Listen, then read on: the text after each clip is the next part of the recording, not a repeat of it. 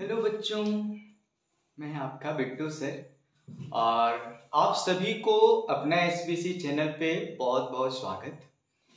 और आप लोग को संस्कृत में खूब मजा आ रहा होगा। तो संस्कृत चल रहा था लाडलू, इसी के चलते मैथ का क्लास रुका हुआ था। तो फिर से आप लोग को संख्यांकी पूरा क्लियर हो चुका था।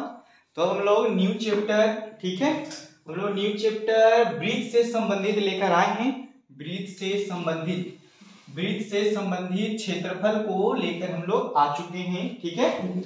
तो देखो मेरे लाडलों, कहा जाता है कि ठीक है, हंसने वाले हंसते जरूर हैं, हंसने वाले हंसते जरूर हैं, हंसने वाले हंसते थे, हंसते हैं और हंसते ही रहेंगे।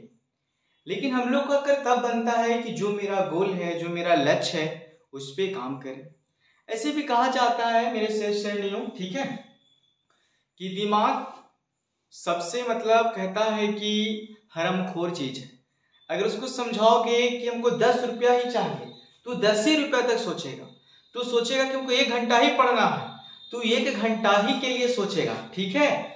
तो ऐसा ही करना चाहिए कि 24 घंटा सबके लिए है, तो आप ज्यादा सोचिए, बड़ा सोचिए, ठीक है। कहा कि दिमाग हरामखोर चीज है, इसको जो समझाओगे वो सेट करता है, ठीक है। इसीलिए हमेशा बड़ा सोचना चाहिए। तो देखो हम लोग को कहे थे भी हंसने वाले हंसते थे, हंस रहे हैं, उन लोग को काम ही हंसना। कहता है कि जब कहता है समय जब निर्णय करता है, समय जब निर्णय करता है तब, समय जब निर्णय करता है तब गवाहों की जरूरत नहीं होती, गवाहों की जरूरत नहीं होती। इसीलिए अपने समय की कदर कीजिए और समय को वैल्यू दीजिए और समय के अनुसार अपने काम को आगे तक ले जाइए, ठीक है। तो चलो हम लोग को देखते हैं, आज हम लोग को पढ़ना है ब्रीथ से संबंधित। तो देखते हैं इसमें हम लोग को क्या जानना है, उसके बारे में हम लोग समझेंगे अच्छा से। तो ब्रीथ से संबंधित चैप्टर में आज हम लोग ये जानने वाले हैं मेरे शेर बहादुर, शेर श्रेणियों। कहता है कि ब्रीथ से संबंधित तो पहले हम लोग दम भर, एकदम भर पेट ब्रीथ के बारे में पहले चर्चा करेंगे, ठीक है। ताकि जो भी क्वेश्चन होगा हम लोग को वो सिर्फ और सिर्फ ब्रीथ से संबंधित होगा, ठीक है। तो कहता है बच्चों कि ब्रीथ है क्या, ब्रीथ है क्या, ठीक है। तो ब्रीथ कहते किसको है, तो कहता है किसी बिंदु से, लिखेंगे हम लोग बच्चों, हम लोग यहां पे पहले लिखेंगे किसी बिंदु से एक समान, कैसा मान, एक समान दूरी, एक समान दूरी पर, एक समान दूरी पर स्थित गोलाकार, गोलाकार, गोलाकार बिंदुओं, गोलाकार बिंदुओं का, गोलाकार बिंदुओं का पथ, गोलाकार बिंदुओं का पथ, पथ वृत्त कहलाता है, कहलाता है, वृत्त कहलाता है। तो देखो मेरे बच्चों, यहाँ पे ध्यान से आप लोग देखिए और समझिए और अपने देखो, हमको कब एनर्जी आता है, जब आप इस वीडियो को देखकर लाइक करते हैं, ठीक है। अगर अच्छा लगता है तो लाइक कीजिए, दोस्तों में शेयर कीजिए, ठीक है। तो देखो मेरे शेर श्रेणियों, कहता है कि किसी बिंदु से, तो मान लीजिए एक हम लोग को बिंदु ए है, तो कहता है किसी बिंदु से एक समान दूरी पर, एक समान दूरी पर, कहता है कि एक समान दूरी पर स्थित गोलाकार, इस बिंदु पे हम रखेंगे कलम और इसको में क्या करेंगे कि रस्सी में बांध को गोले घुमा देंगे, इस तरह से हम लोग ती बन जाएगा, हम लोग को क्या ब्रीथ हो जाएगा। तो किसी बिंदु से एक समान दूरी पर स्थित गोलाकार बिंदुओं का पथ ब्रीथ कहलाता है। एक बिंदु हम लोग यहाँ पे माने थे बिंदु, अब यहाँ पे कोई चीज रख के गोल घुमा देंगे, ऐसे परकाल, जैसे परकाल का बुक यहाँ रखेंगे, गोल घुमा देंगे, इसी को हम लोग बोलते थे बच्चों ब्रीथ बोलते थे। क्या बोलते थे, ब्रीथ बोलते थे। अब देखो अगर हम लोग इसको ब्रीथ बोलते थे तो जहां से हम लोग खींचते हैं उसको बोलते हैं केंद्र। क्या बोलते हैं हम लोग इसको, केंद्र बोलते हैं। तो हो गया हम लोग को केंद्र, हो गया लाडलो। तो देखो, तो कहता है हम लोग को इसमें, तो इसमें हम लोग को जानना है कि वृत्त किसे कहते हैं। तो वृत्त तो पता चल गया, इस तरह की आकृति को हम लोग आसानी तरीका से हम लोग बच्चों वृत्त कह सकते हैं। तो यहाँ पे और बातें हम लोग को समझना होगा कि मान लीजिए कि एक वृत्त ई है हम लोग को, ठीक है। तो कहता है कि वृत्त, तो वृत्त में सबसे पहले हम ये बात समझेंगे कि जो वृत्त में कुल लंबाई या कुल दूरी होगा जिस चीज का, रस्सी का, लोहा का, एल्युमिनियम का, इसको मान लीजिए कि हम लोग इसको फैला के इतना बड़ा कर दिए, इसी को गोल कर दिए थे, इसको हम बोलते कुछ है लंबाई, लंबाई बोलते हैं। और लंबाई को ही बोला जाता, हम लोग बोलते थे परिमाप। क्या बोलते थे? परिमाप। तो हम कह सकते हैं मेरे शेर बहादुर कि जो ये गोले गोले आकृति होता है उसको हमने बोलते थे क्या बोलते थे? परिधि कहते थे। इसको हम लोग बोलते हैं परिधि, इसको हम लोग लिखेंगे परिधि, या इसको बोला जाता है परिमाप, या इसको बोल सकते हैं कुल लंबाई, या इसको हमने बोल सकते हैं बच्चों कुल लंबाई। अब देखो केंद्र से परिधि के एक छोर पर ले गए, यहां से यहां तक अगर हम लोग ले गए, केंद्र से सभी दूरियां हम लोग को क्या कहलाता है? केंद्र से हम लोग को सभी दूरियां हम लोग को त्रिज्या कहलाता है। त्रिज्या हम लोग को क्या कहलाता है लाडलू? त्रिज्या, रेडियस। इसी के चलते इसको हम लोग आर से सूचित करते हैं, ठीक है। तो देखो सबसे पहले हम लोग समझे कि जो ये गोलाकार वृत्त रहेगा उस गोले की कुल लंबाई को हम लोग बोलते हैं, उस रस्सी जो गोल आकृति में दिख रही है या जिस वस्तु का बना हो उसको हम लोग बोलते थे लंबाई। और लंबाई को वृत्त वाला मतलब आकृति में हम लोग बोलते हैं मेरे लाडनों, उसको परिधि या परिमाप कहा जाता है, उसको कुल लंबाई के नाम से भी जानते हैं। उसके बाद बोला हम लोग को कि सेंटर से इस परिधि पर खींची गई हम लोग को सभी दूरियां, यहां से खींची गई जितने भी दूरियां होंगे बच्चों सभी को हम लोग क्या बोलते हैं? त्रिज्या बोलते हैं। क्या बोलते हैं? त्रिज्या बोलते हैं। क्या बोलते हैं? त्रिज्या बोलते हैं। तो देखो अगर मान लो कि हम लोग को त्रिज्या तो समझ में आ गई कि केंद्र से खींची गई सभी दूरियां क्या कहलाती है? त्रिज्या कहलाती है। यहां तक हम लोग को बात कोई दिक्कत नहीं है। चलो अब हम लोग आते हैं, अब हम लोग यहां समझते हैं कि यहां से यहां तक खींच देंगे तो कहता है कि अगर कोई भी वृत्त है और एक छोर से दूसरे छोर तक अगर हम लोग इसको ठेका दिए, एक छोर से दूसरे छोर तक मिला दिए, इसको हम ये बोलते थे जीवा। क्या बोलते हैं? जीवा। यहां से यहां पार देंगे बच्चों तो ये भी हम लोग को जीवा है, ये भी हम लोग को लाडलो जीवा है। कोई अगर यहां से यहां पार दिया तो ये भी हम लोग को शेरनियो जीवा है, ये भी हम लोग को जीवा बोल सकते हैं, ये भी हम लोग को जीवा है। यहां से यहां कोई पार देगा ये भी हम लोग को जीवा है। तो कहोगे सर केंद्र से होकर जो गुजरेगा बच्चों, इसीलिए इसका नाम दूसरा है। केंद्र से होकर जो हम लोग को गुजरेगा, तो मान लीजिए केंद्र ई है और केंद्र से होकर जो गुजर रहा है इसको भी हम लोग बोलते हैं लाडनो जीवाही बोलते हैं। क्या बोलते हैं? जीवाही बोलते हैं। लेकिन फर्क है कि केंद्र से होकर जो जा रहा है, केंद्र से होकर जो जा रहा है जीवा, तो केंद्र से होकर गुजरने वाली जीवा को व्यास कहते हैं। केंद्र से होकर गुजरने वाली रेखा को व्यास कहते हैं। या हम नहीं बोल सकते हैं सबसे बड़ी जीवा को हम लोग क्या कहते हैं लाडनो? व्यास कहते हैं। क्या बोलते हैं? बोलिए आप लोग। सबसे बड़ी जीवा को क्या बोली जाती है? व्यास कही जाती है मेरे शेरनियों, ठीक है। देखो हम लोग कहते हैं ना, कितने लोग ऐसे होते हैं ना बेकाबू होते हैं। बेकाबू होना जरूरी है, लेकिन आप क्या करते हैं ना, एक दिन इतना पढ़ लेते हैं और फिर 10 दिन नहीं पढ़ते हैं। तो वैसे नहीं किसी चीज को इतिहास ऐसे नहीं रचा जाता, कोई चीज आपको ऐसे नहीं बुझाएगा, ऐसे नहीं स्ट्रॉन्ग बनेगा। थोड़ी थोड़ी करके, ठीक है, थोड़ा थोड़ा करके कॉन्सेप्ट को समझिए और बारीकी से पढ़ने की कोशिश करिए, ठीक है। तो चलिए हम लोग इधर समझते हैं मेरे लाडलो। तो देखो मेरे शेरनियों हम लोग कहाँ थे कि सबसे बड़ी हम लोग जीवा को व्यास बोलते हैं, सबसे बड़ी जीवा को व्यास कहते हैं। केंद्र से होकर जो रेखाएं गुजरती है, केंद्र से होकर जो रेखाएं गुजरती है, केंद्र से होकर जो रेखाएं गुजरती है उसको सबसे बड़ी जीवा कहते हैं। और सबसे बड़ी जीवा को हम लोग क्या कहते हैं? सबसे बड़ी जीवा को हम लोग व्यास कहते हैं। सबसे बड़ी जीवा को क्या कहते हैं मेरे बच्चों? व्यास कहते हैं। तो चलिए आगे समझते हैं कि सबसे बड़ी जीवा को। तो देखो इसमें क्या क्या होता है।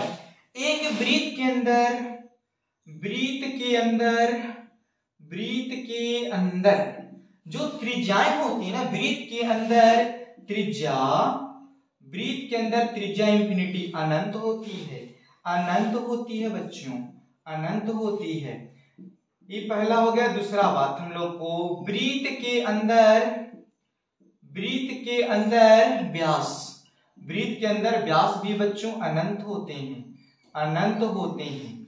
और एक बात और है बच्चों कि वृत्त के अंदर जीवा भी हम लोग को लाडलों अनंत होता है। क्या होता है? अनंत होता है। चलिए हम लोग आगे बढ़ते हैं और कुछ और समझने की कोशिश करते हैं। तो देखा जाए और हम लोग क्या समझेंगे इसमें, देखो तो और हम लोग को एक आध दो पॉइंट बनता है इस ब्रिज से कि लिखेंगे हम लोग सबसे बड़ी जीवा को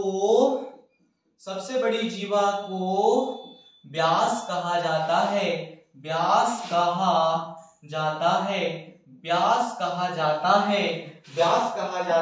दूसरा बात बच्चों कि केंद्र पर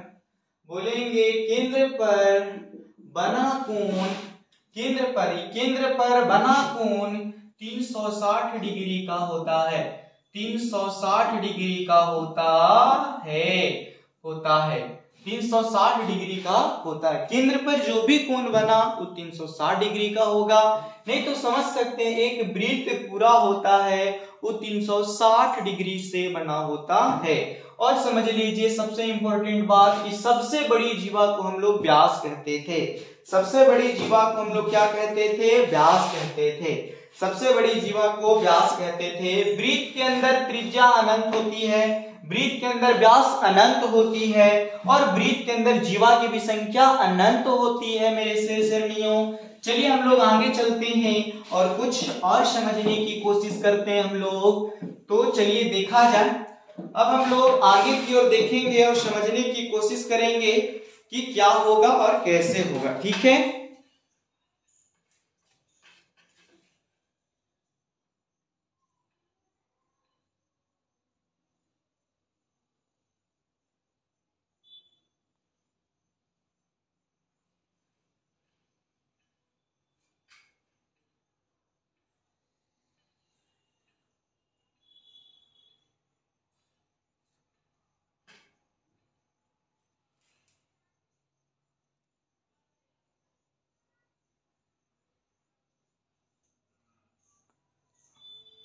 चलिए हम लोग आगे की ओर बढ़ते हैं और समझने की कोशिश करते हैं क्या, कैसे, क्यों।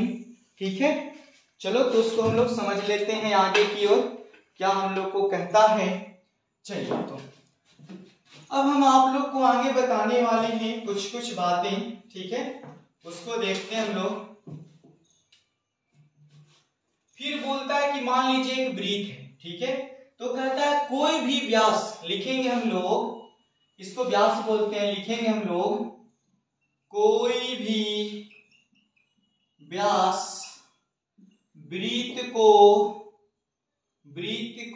दो बराबर भागों में बांटती है।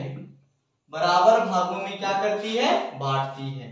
तो इसके बारे में हम लोग जान चुके हैं। ठीक है, कोई भी व्यास वृत्त को दो बराबर भागों में क्या करती है? बांटती है। चलिए तो आगे हम लोग समझते हैं और कोशिश करते हैं कि क्या और कैसे। इसमें हम लोग पहले सोचेंगे कि पहले हम बोले हैं कि वृत्त का, तो लिखेंगे कि वृत्त का व्यास बराबर, हम बताए हैं वृत्त के व्यास बराबर होता है 2 गुने त्रिज्या। 2 गुने त्रिज्या माने 2r। क्या होता है? 2r होता है। ठीक है, तो मान लो कि अगर एक वृत्त का व्यास हम लोग को दे दिया, त्रिज्या दे दिया, मान लो कि आर दिया हुआ है, मान लीजिए 7, और हम लोग से पूछ रहा है कि व्यास क्या होगा। तो व्यास हो जाएगा मेरे शेष श्रेणियों क्या होगा, तो बोले हैं 2 गुने आर, इसको हम लिखेंगे 2 गुण नहीं हो जाएगा इतना, और ये हो जाएगा हम लोग को 7 दूना कितना हो जाएगा 14। अगर ये सेंटीमीटर में रहेगा तो सेंटीमीटर, मीटर में रहेगा तो मीटर में, जो चीज में रहेगा उस चीज में। मान लीजिए कि त्रिज्या हम लोग को दे दिया है 10 सेंटीमीटर, हमको व्यास चाहिए, हम लोग को डी चाहिए, तो हम लोग लिखेंगे d बराबर 2 गुने आर, ये हो जाएगा 2 गुने 10, मतलब ये हो जाएगा हम लोग को 20 सेंटीमीटर। कोई दिक्कत? अगर मान लो कि हम लोग को त्रिज्या दिया है और व्यास निकालना है तो 2 से गुना कर देंगे, क्लियर हो जाएगा। ठीक है, चलिए तो आगे इसी का रूप है एक और देख लो। तो अगर मान लो कि हम लोग को वृत्त का, पहले सूत्र समझिए, वृत्त का हम लोग को त्रिज्या निकालना होगा, तो वृत्त के त्रिज्या बराबर हम लोग को फार्मूला होता है बच्चों, बोलो व्यास बटा 2, या बोल सकते हैं d बटा 2। तो मान लीजिए क्वेश्चन हम लोग को एग्जाम्पल में हम लोग को क्वेश्चन यहाँ पे दे दिया है बच्चों कि व्यास हम लोग को दिया है 14 सेंटीमीटर, तो बोलता है कि r क्या होगा, तो हम लिखेंगे r बराबर होता है d बटा 2, ये हो जाएगा 14 बटा 2 बराबर काट देंगे 7 सेंटीमीटर। एक और दे दिया, मान लो कि व्यास हम लोग को दे दिया 20 सेंटीमीटर है, तो कहता है कि इसका r क्या होगा, तो हम लोग लिखेंगे बच्चों क्या, हम लोग को व्यास इतना दिया है तो r क्या होगा, तो r बराबर होता है d बटा 2, तो 20 बटा 2 काट देंगे तो हम लोग को 10 सेंटीमीटर आंसर हो जाएगा। ठीक है, ये नॉर्मल चीज है, लेकिन आप लोग को याद रखना है, सभी लोग के पास ज्यादा कॉन्सेप्ट बचपन में पढ़े होंगे ये सब। चलिए तो हम लोग को आगे की ओर चलते हैं और समझने की कोशिश करते हैं क्या होगा, कैसे होगा। तो मान लो कि ये क्वेश्चन हम लोग को दे दिया, देखो यहाँ पे बोलता है कि यदि हम लोग को वृत्त का, बोलता है कि वृत्त का त्रिज्या हम लोग को, बोलिए वृत्त का मतलब कहता है कि त्रिज्या हम लोग को दे दिया है, वृत्त की त्रिज्या 7 सेंटीमीटर, 7 सेंटीमीटर, तो बोलता है कि तो वृत्त का परिधि, तो वृत्त का परिधि क्या होगा। तो देखो मेरे बच्चों, ये सब क्वेश्चन आप लोग जेपटी में आता है सर, तो हम लोग लिखेंगे कि वृत्त का परिधि बराबर सूत्र बताए थे 2 पाई आर, 2 पाई आर। तो हम लिखेंगे यहाँ पे बच्चों, अगर त्रिज्या दिया तो लिखेंगे हम लोग कि वृत्त का परिधि, तो वृत्त का परिधि बराबर हमने जानते हैं लाडलो 2 पाई आर जानते हैं, तो 2 पाई का मान जब तक ना कहे कुछ, जब तक ना कहे कुछ तब तक 22 बटा 7 ही लेना है। ठीक है, और ये हम लोग को दिया है 7 त्रिज्या 7 7 दूध भात हो गया। ठीक है, और ये 22 गुना हम लोग को 44 सेंटीमीटर में रहेगा, इसका आंसर हो जाएगा सेंटीमीटर। कौन मीटर? सेंटीमीटर हो जाएगा, सेंटीमीटर हो जाएगा। मान लीजिए हम लोग को क्वेश्चन दिया फिर से कि यदि वृत्त का, यदि हम लोग को दिया वृत्त का त्रिज्या, मान लीजिए कितना वृत्त का त्रिज्या, कुछ बोलो आप लोग, बोलो वृत्त की त्रिज्या मान लो कि दे दिया हम लोग को, मानिए वृत्त की त्रिज्या मान लो कि 3.5 सेंटीमीटर, तो बोलता है कि तो वृत्त का परिधि, तो वृत्त का परिधि बराबर, एक्चुअली डेमो क्लास है सर, कौन क्लास? Demo class. तो लिखेंगे बच्चों हम लोग वृत्त का, हम लोग जानते हैं परिधि इक्वल टू 2 पाई आर, तो लिखेंगे 2 गुने 22 बटा 7 गुने आर दिया 3 पॉइंट कितना 5, 3.5 ना, इसको लिखेंगे 2 गुने, ठीक है 22 बटा 7 गुने 35 बटा 10 हो जाएगा, 7 से इसको काटिए 5 बार में 5 से इसको 2 बार में 2 से 2 खत्म, इसका आंसर हो जाएगा मेरे लाडलो 22 सेंटीमीटर। कितना हो जाएगा? 22 सेंटीमीटर। कितना हो जाएगा जी? 22 सेंटीमीटर। किस तरह से हम लोग निकाल सकते हैं सभी चीज को। तो चलिए आगे की ओर हम लोग बढ़ते हैं, बाकी हम लोग आगे सीखेंगे समझेंगे। तो देखा जाए तो हम लोग को आगे समझना है, टोटल सूत्र पहले हम लिख देते हैं, ठीक है। तो हम लोग लिखेंगे बच्चों वृत्त का त्रिज्या बराबर वृत्त का त्रिज्या बराबर होता है बच्चों व्यास बटा 2, मतलब d बटा 2।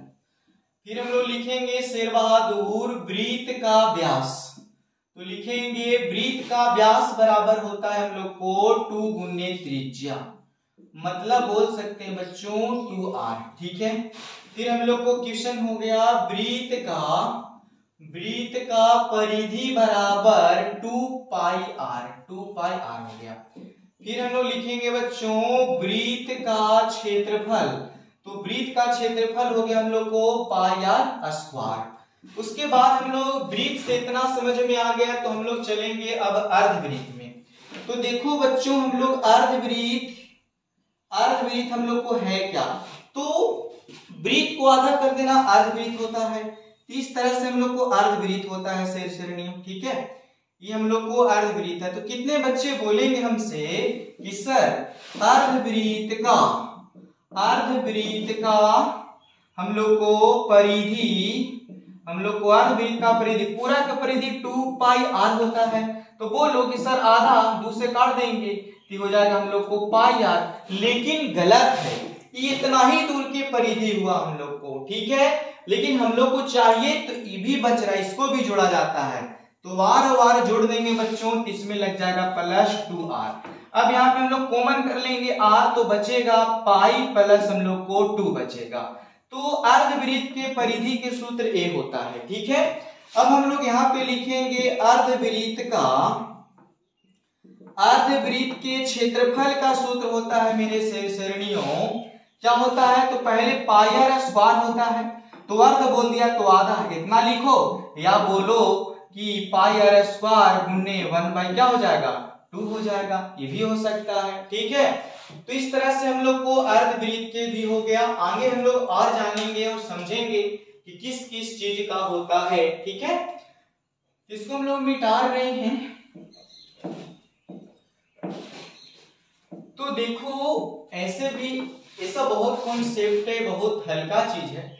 एक होता है हम लोग को बच्चों चतुर्थांश का क्षेत्रफल, मतलब होता है लाडलों की कोई एक सर्किल वृत्त है, उसको 4 भागों में बांटा गया इस तरह से। इसको मिटा दीजिए 3 भाग को और एक भाग पे विचार कीजिए, तो जो एक भाग बच गया हम लोग को, यही हम लोग को है चतुर्थांश। माने 1 रुपया को 4 भाग में बांट देना ही हम लोग को कहलाता है चतुर्थांश। यही हम लोग को होगा बच्चों चतुर्थांश है। इसका क्षेत्रफल, तो पहले वृत्त का क्षेत्रफल पाई r स्क्वायर, चतुर्थांश मतलब कि 4 से भाग दे दो, या इसको बोल सकते हैं 1/4 पाई r को स्क्वायर, एक होता है। तो हम लोग इस तरह से हम लोग देख चुके। एक हम लोग को और होता है बच्चों वृत्त में, एक होता है वलय का क्षेत्रफल। तो देखो बच्चों हम इसको भी क्लियर कर देते हैं। तो वलय क्या होता है, तो वलय का मतलब इंदिरा के ऊपर देखे होंगे सड़क बना रहता है ऐसे, या कहीं इस तरह से, यहां से लेके छोटा वृत्त है तिया, ये बड़ा वृत्त है जिसको हम लोग बोलेंगे बड़ा वाला r, ये मेरा O है। तो लिखेंगे लाडलो वलय का क्षेत्रफल बराबर सूत्र होता है पाई बड़ा वाला r स्क्वायर माइनस पाई छोटा वाला r स्क्वायर। पाई कॉमन कर लेंगे तो capital R square minus small r square, तो ये हो जाएगा पाई इंटू, देखो एक सूत्र बन गया हम लोग को a square minus b square, एक बार प्लस में एक बार माइनस में, तो एक बार प्लस में बच्चों और एक बार माइनस में, यही इसका सूत्र होता है वलय का। लेकिन और कुछ कॉन्सेप्ट होंगे बच्चों, तो हम लोग बाद में देंगे, अगला लेक्चर में पार्ट 1 में इतना ही रहेगा। तो ऐसे भी कहा जाता है, इसमें बेसिक था थोड़ा सा, कल हम लोग इसमें लेक्चर में सेकेंड लेक्चर में हम लोग कुछ इसका ऑब्जेक्टिव क्वेश्चन पहले लेके आएंगे, उसके बाद हम लोग चलेंगे ना, अथाह है बहुत सारा चीज है, तो फिर हम लोग इसके एक्सरसाइज करेंगे 3 पार्ट, मतलब पार्ट 1 मतलब जो इसका मैंने पार्ट है पार्ट 1 पार्ट 2 पार्ट 3, ये तीनों पार्ट में हम लोग डेमो करेंगे, सिर्फ सीखेंगे वृत्त के बारे में, और पार्ट 4 से हम लोग क्वेश्चन लेके आएंगे किताब वाला, ठीक है बच्चों। तो थैंक यू, धन्यवाद, आपका दिन शुभ हो, आप लोग तैयारी करते रहें।